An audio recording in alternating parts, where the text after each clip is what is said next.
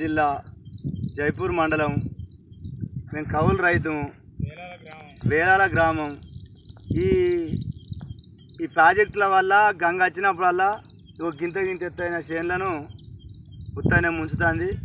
ఆ నీళ్లు సగం వెళ్తలేవు. ఈ బ్యాక్ వాటర్ వల్ల ఈ ఇంత దూరం వచ్చే చెట్లు మొత్తం లేకుండా చచ్చిపోతాయి. మాకు బాగా నష్టం జరుగుతుంది. వీటి వల్ల ఎక్కడో ఆనగొట్టి మా దగ్గర ఆనగొట్టి శరీరం రెండు లేదు. ఎక్కడో ఆనగొడితే కూడా మాకు ఇంతంత గంగ వచ్చిందంటే కథ మా చేనులు మునుగుతున్నాయి. దీనివల్ల మాకు నష్టం అవుతుంది. ఇప్పుడు ఒక ఎకరానికి 20,000 పెట్టుబడి ఇప్పటికే అయింది. ఇట్లా 4 ఎకరాల చేను మొత్తం నీళ్ళకి వెళ్ళి వారినది. అవి అక్కడ పెద్ద చెట్టున కాడి ఒడ్డు అక్కడికి వెళ్ళి ఇదంతా ఇట్లా మునిగింది. అందాజ మొత్తం ఎన్ని ఎకరాల వరకు మునిగింది ఇక్కడి నుంచి అక్కడికి?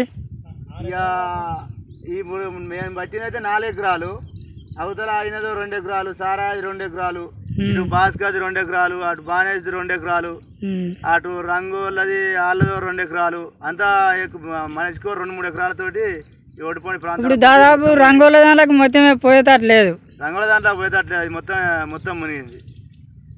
అది ఏమిటికి సుధా ఇంక ఇంత చెట్టు సుధా కనిపించకుండా అయిపోయింది.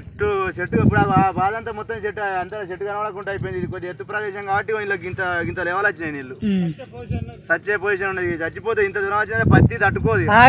పత్తి గిన్నె నీళ్ళు దోతుడితోనే చచ్చిపోతాయి. ఇవరకు ఇప్పుడు 2 మంది ఎత్తి 2 మంది కొడితే ఇగో మొత్తం పూత కూడా మీద ఉన్నది. ఇగో మొత్తం పూత. దాదాపు ఖర్చులు పెట్టుబడి మొత్తం మొత్తం అయిపోయింది. ఇక నోట్లోకి వచ్చే టైం. ఇక ఇప్పుడు ఏంది, కాయలు పడితే పూతలు వచ్చి కాయలు పడితే ఒక్కసారి మందు కొట్టుకుంటే అయిపోయే ముచ్చట. గుంటుకు కూడా తప్పింది. ఇక చూడు, ఇగో ఎకరానికి 20,000 కౌలు. మేము కౌలు రైతులం. ఇక ఒక్కసారి గుంటుకు కొడితే అయిపోయే ముచ్చట. గుంటుకు తప్పిపోయే ముచ్చట పని అంతా. ఇక నోట్లోకి వచ్చే టైంకు